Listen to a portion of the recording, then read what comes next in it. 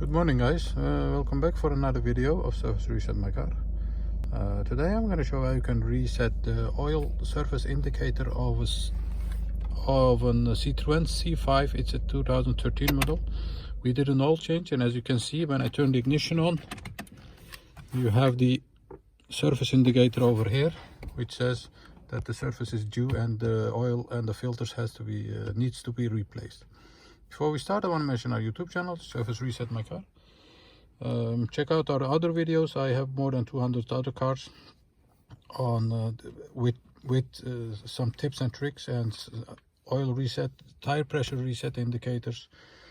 If you like, you can watch them all on my YouTube channel. Okay, let's start with this one. This is an oil C5 2013 model, and I'm going to show you how you can reset this.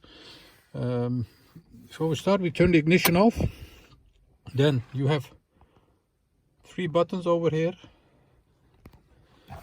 1, 2, 3, and we're gonna use this button, the most right one with the 3 O's behind, with the 3 zeros on it. And the ignition is turned off.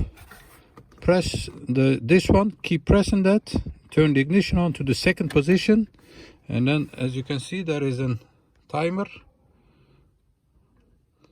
counting back from 10 to 0, and when it reaches 0 you can let go this button, and once you've done that, the service indicator, the oil service indicator has been reset. So let's check it. Ignition off, ignition on. And as you can see, the indicator with the wrench on it is gone now. This oil indicator is just the oil level check, and it says that's it, the oil level is correct. That was it for today. Thanks for watching. Check out my other videos. Hope to see you next time with another video. Bye bye.